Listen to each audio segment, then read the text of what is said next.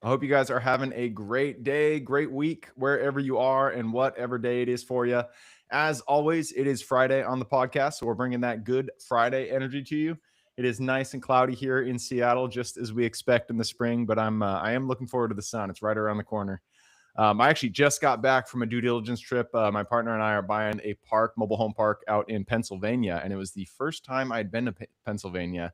Very beautiful city, and the people were so nice. So Pennsylvania, you rock. Thank you for having us. And that brings us to our guest today, Charlie Panay. Sorry, Charlie, I forgot to ask how to pronounce your last name. I know I murdered that. Charlie is Charlie's over there. He's originally from London and Cyprus, or from England and Cyprus, and he's all over the world. But he is an investor and a coach, and we're excited to jump into this. Charlie, thanks for hopping on. No, thanks for having me. And you got to correct me on your last name. I apologize. I To be forgot fair, to ask you. the first version was correct, Panay. Panay. Okay, there we go. Yeah. Right on. Well, Charlie, we always start with stories. We like to hear how people got to where they are. So why don't you take us back to the beginning of your story in real estate and just tell us how you got here? I'll give you a quick version. I was probably quite a sad / clever, lucky 7-year-old who just decided that actually I wanted to be free. Now, I didn't know that was going to be property at that age. I just knew I was very lucky. In my community in London, no one ever went on holiday. My mum and dad took us away once a year. A little bit cheating, it turns out, in hindsight, because we're going to Cyprus to see family, so it's probably free somewhat. But nevertheless, I realised, wait a minute, my mum and dad work 7 days a week. They work hard. So money is that freedom. And around about 11, I associated property. I can't tell you why I decided property and real estate was the answer. I don't even know the rationale. So I just started learning as much as I could. I surrounded myself with any one of my families that were good with money or good work ethic. And I worked from 12 at lots of different places, supermarkets, a market, all sorts of things. And I bought my first apartment when I turned 18, the day of my 18th birthday.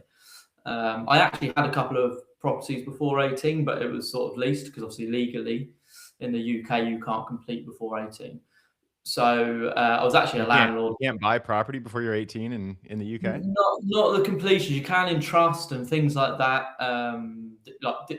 When I bought 20 years, it's quite scary when I say that, nearly 20 years ago, it was a bit different. So we had them under lease terms and things like that. But one I officially owned myself was 18th birthday. That's when I completed. And I was pretty aggressive really from there. I wasn't actually that well educated in property. I thought I was. So I wouldn't. You don't say, know until you don't know how much you don't know. That's the phrase. I wouldn't say I made lots of mistakes because I've not, touched wood, lost any money in property, really, any form of real estate that I've done.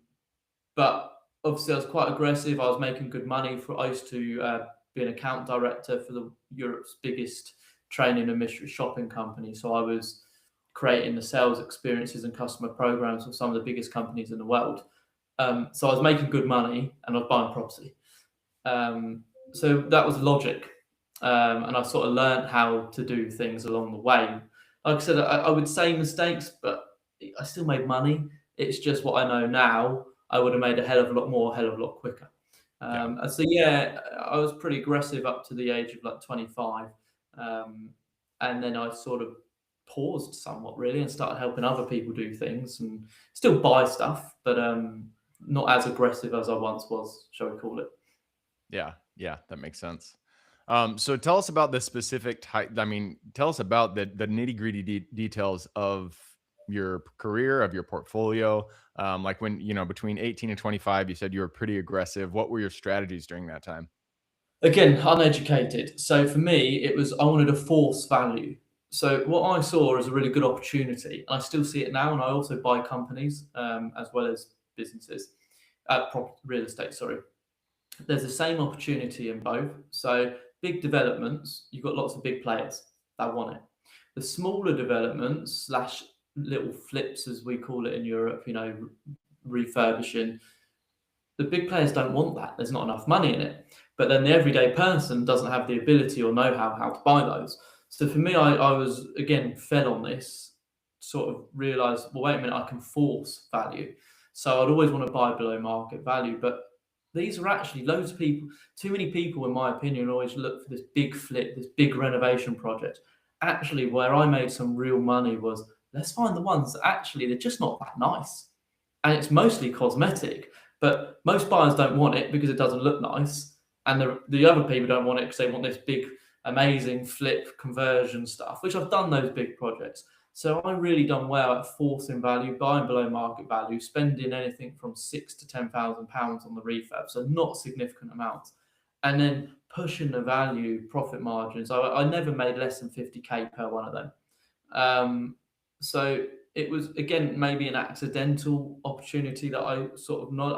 I've obviously got a skill set and find an opportunity, but it wasn't much education around it. It was just like, wait a minute, I can force value. So most of the stuff I done was in that. I've done conversions, I've done other things as well, but majority of my portfolio I've always laid in that world. Yeah. And it's Yeah. interesting when And we it's say the nitty gritties. Sorry to interrupt you. The nitty gritty part. Every flip I done, I used to do it myself. I say myself. People worked with me, but at the start I done them myself. And every time, so any new investor or any listening to this, or unexperienced maybe, you start a flip or a conversion where, and you pull it all apart. And every single time I got petrified. I was like, why am I doing this? What, I don't even like this effort that I'm going through. But then when you finish, I'm sure you and I feel the same way. When you finish and get to the end, you're like, "God, I've got to do more." That is the real nitty glutton gritty. for punishment. Yeah. Every single time. So yeah, that Yeah. was my. It's funny how you say, I mean, you said you don't like the big rehabs, and here in America, we have HGTV. I don't know if you have Yeah, something like that in yeah, Britain, but it's in these shows, they're going into these houses and doing the absolute most you can do. They're tearing yeah, down walls, and that kind of gets people thinking that that's what you should be doing, and going in yeah, and doing these massive rehabs. And I did absolutely. those, and they sucked. In fact, one deal, it was like one of my first deals. I just didn't know enough about real estate, and it was a Yeah, huge rehab. We like really did a lot of work. And in the end, we made, I think it was like $32,000, which might sound like a lot to people, but if you're talking about like 6 months of your time, it is nothing. It's yeah. like, Well, it almost feels like you lost money. when I do Even though some you, of my property talks, Gabe, I actually show my examples, and there's one I've done, which is quite a big one, £500,000 one, and then I show the ones that I've done £100,000, and they see this big profit margin at the end where it made 100 grand, but again, the time outlay, cash you needed, blah blah blah, compared to what that 100 grand one done, the percentage return on investment was nearly double on the 100 yeah, grand. So for me, just put 5 of them into there rather than one of them. That was my logic, yeah. basically. Yeah, I don't do flips anymore, but if I did a flip, I would be looking for the ones that you do flooring and paint, Yeah, maybe some cosmetic. updates to the kitchen, like just the things that are apparent when you walk into the house, not like electrical, plumbing, anything like that. So Yeah, yeah, that's interesting. Interesting. You kind of came out with that realization, and I feel like that's what a lot of people should be taught when they're doing flips: is just don't do the major ones. You can't. I mean, yeah. there is money in them, but it's not worth a headache. Go out there, get the easy flips, do the And ones I've that seen are that just need a little so bit many of love. opportunities in the US. I like, in the US, there's about 1.2 million companies for sale, between $1 and $5 million. So it's the same in real estate and companies. There's that little niche where you can really force value in those because the big players don't want them and the everyday person can't do it. So for me, yeah, but everyone watches these TV programs and they just think that's what they should do and that's their education. And yeah, so but look, I've done them. I sometimes do them, but I try to steer clear. Yeah, yeah, absolutely. So 25, I mean, you made it 18 to 25, you went hard, and you did a lot of these flips. From 25 onward, it sounds like you kind of changed gears. You started looking a little more long-term holds, commercial, stuff like that. Tell us how that period of your investing career went. So it was actually probably because I was never. It sounds like I was money driven. I was freedom driven, not money driven. So I got to a point where I could retire and not work again. And I met now my ex-wife, I thought, well, do you know what, I'm done. I don't need to be aggressive and doing all this. So yeah, for me, it become very passive in terms of like, again, still forcing the value, but I had a team that worked for me now. So when I found something that say was worth 150k and I can try and get it for 130 and it needs a few grand spent on it and push it up to 200, I didn't really have to be hands on whatsoever. So it was very much long term rentals slash commercials. I loved. I've done quite a number of HMO conversions. It's a really big thing in the UK, for example. What's that? What's an HMO conversion? So planning permission changed quite significantly 6 years ago. And again, this is me knowing this. Most people didn't know this, but you didn't have to go through planning to convert a, let's say, 4-bedroom house into a 6-7 bedroom house of multiple occupancy. So there's huge money in it because it's a GDV value rather than a bricks and mortar value. So tons of them. I educate people now to do them, and I've done loads of them. And okay, so just I've never heard that term HMO. You said HMO. Yeah, house of So multiple. basically, what you're saying is you're rent by the room, but you're just adding rooms to the house. Okay. And the opportunity comes because in the past you needed planning permission to do anything like that.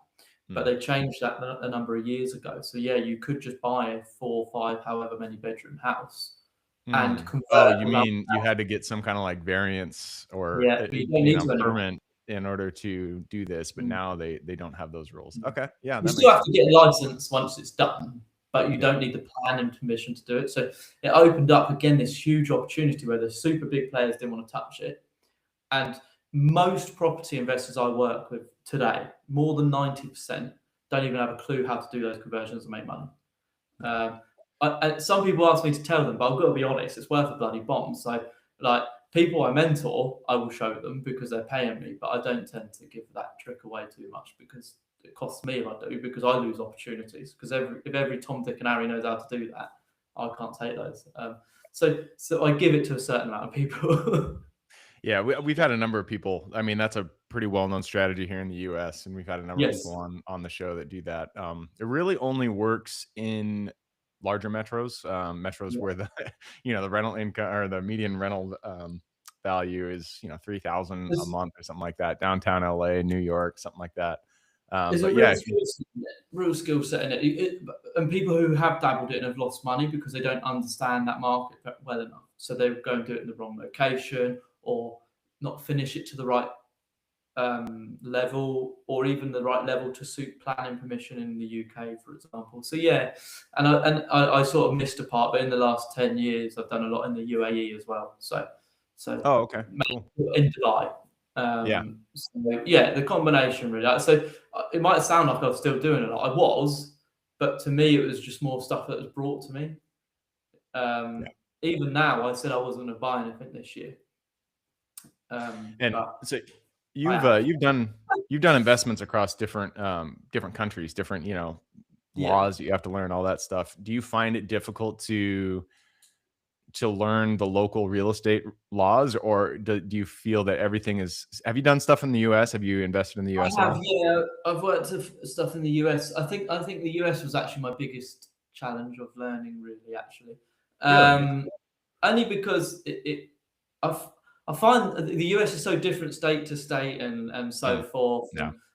And it's so, I know it sounds silly, but it's such a large place as well. So when you're going from state to state and trying to understand, I nearly bought a couple of, back in 2010, I think I nearly bought a couple of Naples in Florida,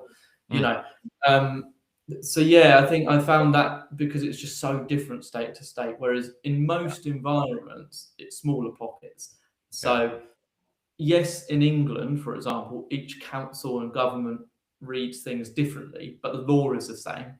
What I found in the US, it can be quite different state from state. So I think that was big. So yeah, I think the thing is, I'm a bit of a nerd, so I love to learn. I've always wanted to learn. So the bit that I really love still today is Dubai's real estate market, because it's such a new market still. It's only 40 years old, so I love it because it's so diverse, and I get engaged with it. So yeah, it is difficult. You have to, the UK are most definitely an expert in that world.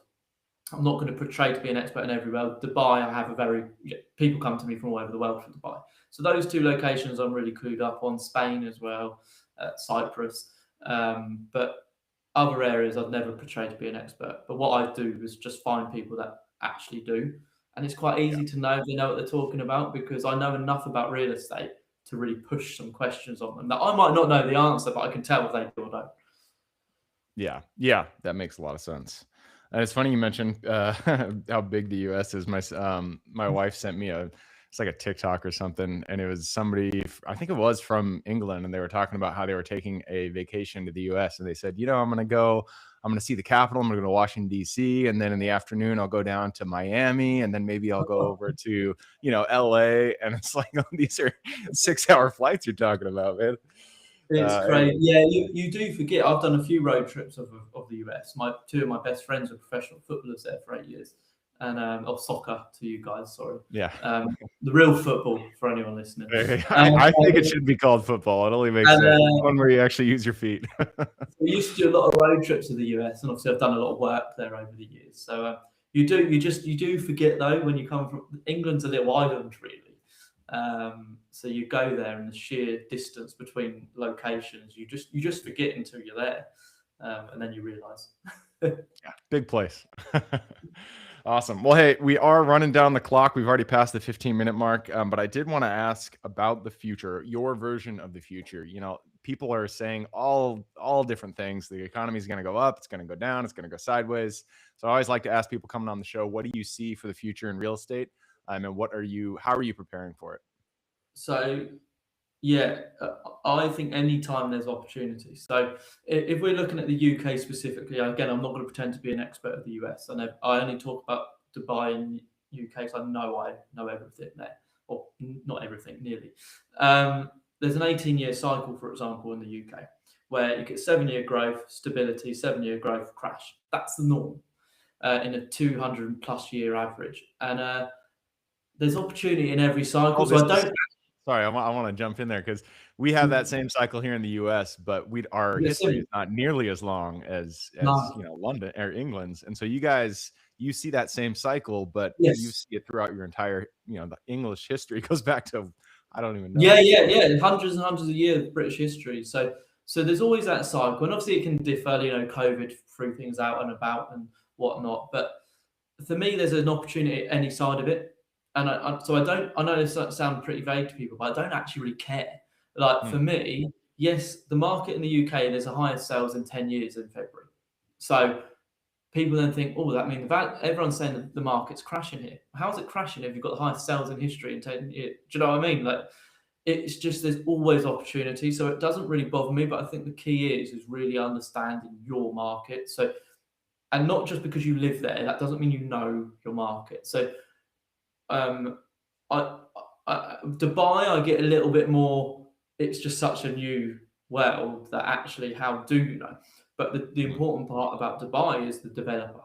So if you invest in, I don't want to give myself. I'm friendly with a lot of the head developers and landowners there. So, but there's probably 3 or 4 developers that you're absolutely safe to invest with because they were always people just buy them because of the name. So Amar, I will name, for example. Amar, it doesn't matter what that development is, it will sell out tomorrow.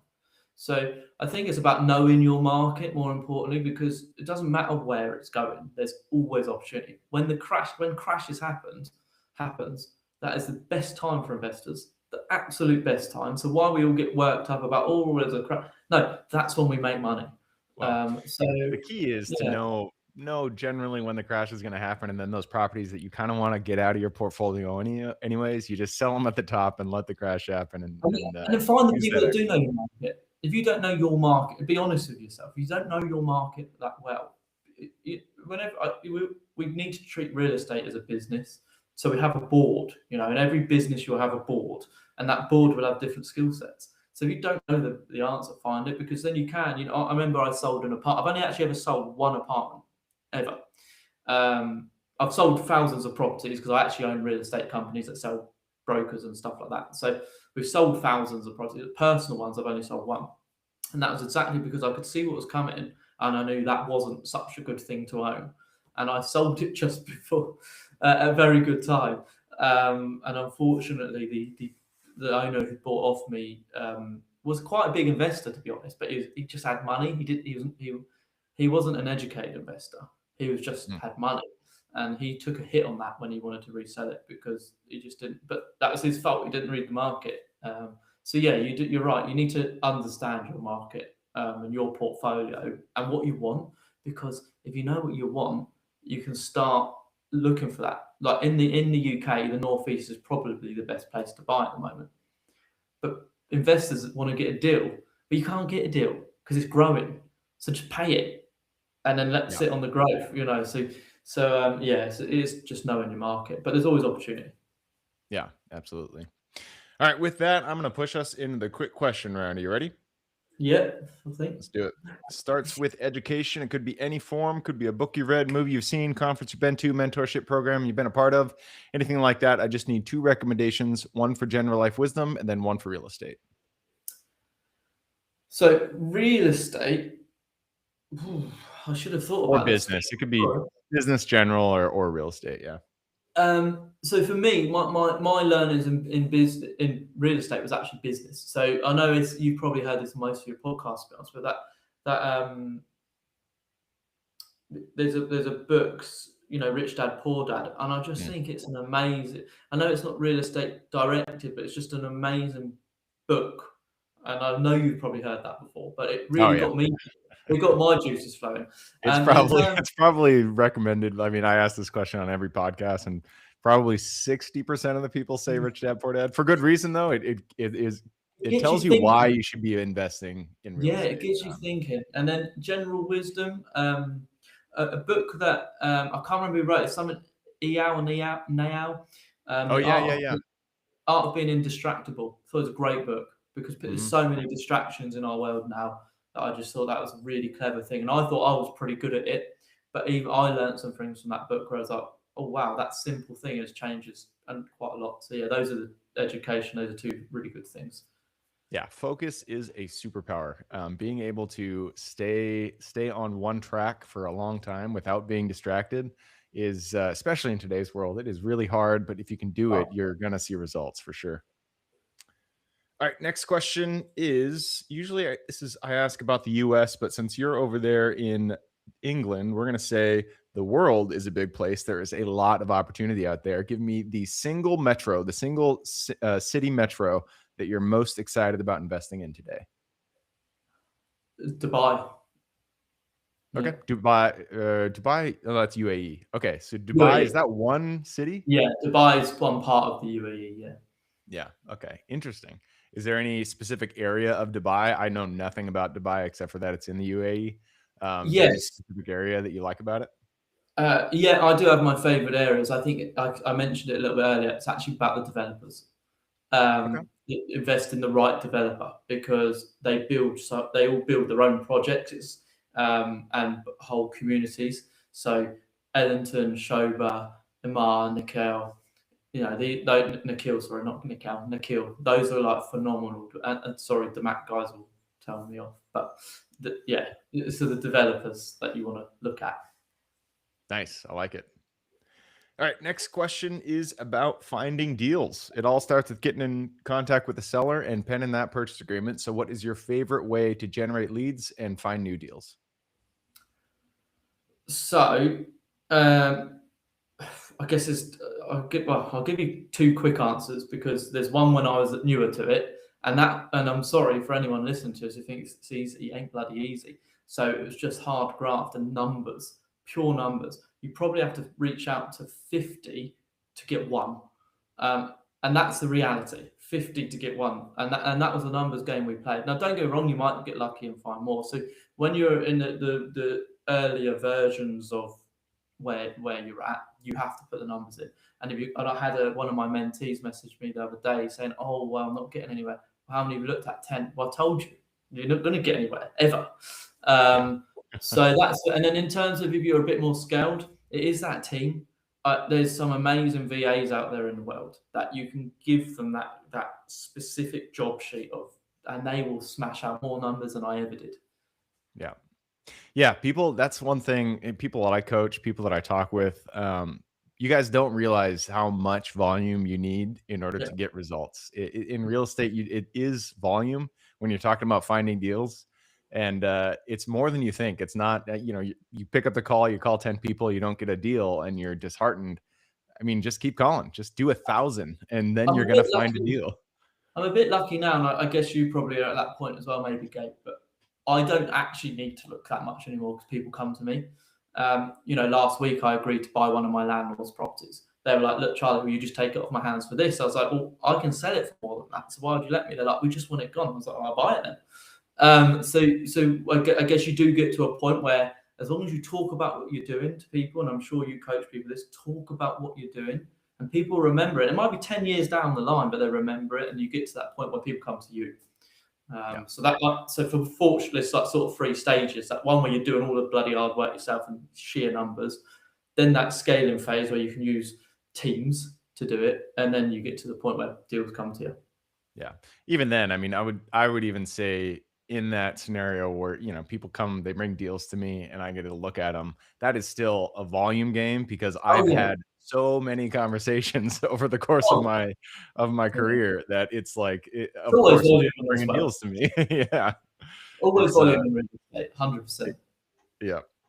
All right. Next question is about lessons learned. Not every deal we get into goes the way we expect it. In fact, pretty much every time something goes wrong, and that's when we get to learn a lesson. So, what was the deal that went a little bit sideways for you, and then what was the lesson you pulled from it? I don't want to jinx myself. I've not had a deal that's gone sideways. Like I said, I was a weird child, so I always assumed the worst. And it sounds pessimistic. I'm a super optimist. I don't see anything that stops me doing what I want, but I always assume everything will go wrong whilst I'm doing it. So then I don't. So I think that, and I learned that because actually every single deal I've done, there is always something that you didn't know. So I think that is the big. Luckily, it wasn't a lesson I learned. It was something I already sort of weirdly decided I was going to factor in. And there was a good example semi recently with a conversion I'd done 2 years ago. That went 55k over budget, which might not sound a lot, but when you've got people involved, that is percentage wise quite high. But again, I told my guys it was going to go there anyway. So now, realistically, I didn't think it was any chance it would, but because of COVID, it drove prices to where I didn't think they were going to go material wise. So yeah, I think that's the biggest lesson. Just assume everything you've factored in is wrong, and someone else is going to go wrong, and then you should be okay. Yeah. Yeah. When you do your initial underwriting, put on whatever the opposite of rose colored glasses are, put those glasses on, the black Okay, glasses well, or whatever. we both would have seen this God knows how many times where I had a guy that come into my office a month ago and he stacked up this big conversion deal with commercial properties, apartments, blah, blah, blah. And it was just like, who's valued it? Well, I think we'll say you won't. It's just like be realistic, be really harsh, because if you get out the end of it and it's worth what you originally thought, then amazing. But it ain't. And I think too many people, when I see people say stuff about property like, "Oh, they lost money," it's because they didn't do it properly. You don't lose money in real estate if you do it properly. Yeah. Yeah. If you buy right, you don't lose. That is for sure. All right. And that brings us to our second to last question. This one is about AI. This is a new question I've been asking, but AI is huge in my business now. And so I like to hear how people are implementing it in their own. So, what is the most impactful way you've implemented AI in your business? Um, Well, I won't talk about ChatGPT because everyone knows ChatGPT, but ChatGPT was brilliant for basic stacking. It's not very good with numbers for anyone listening. But I've been trialing a new thing now called Sintra, and I'm sure there's loads of versions of Sintra. Whereas the problem with ChatGPT, it's so generic that you constantly have to prompt it. Yeah. I Whereas do not like ChatGPT. It's like my least favorite But when you of the start using others, you realise it's not very good. yeah. It is good, but it's like the starter pack, shall we call it? It's good if that's the only thing you got. If that's the Yeah. only option, then yeah, it's good. But Whereas otherwise, there's better ones. Sintra has bespoke bots for bespoke things. So, if it is like deal analysis, there will be one just purely for that. And I think Oh, people cool. like to cut costs by not they think, oh, ChatGPT is only, I don't even know what it is, 50, 15, whatever it is a month. Whereas Sintra is more expensive, but equally it's a specialist in that. So yeah, I think that's been a bit of a game changer for me. It's still in the trial phase because I don't think anything's perfect, but time wise, blimey, it cuts time out. And Yeah. staff for every business owner's best and worst things. So you can get rid of those negative Nellies pretty quickly with AI. Yeah. Yeah. They're, I mean, it's developing just the entire genre of AI is developing, or industry rather, is developing so quickly that I'm constantly using new apps and I'm just blown away by them. So Like it'll I be said, I'm interesting. sure there's other versions of that. I created, it sounds a bit dodgy, it's called a Pocket Charlie. Oh, nice. Or it does sound a bit dodgy, but for my regular customers, because I get a lot of messages a day, and sometimes I might wait. I don't know how long for a reply. So it's like an AI version that scraped everything about me. So again, a bespoke bot about it's created me, and it will answer things instantly as I would.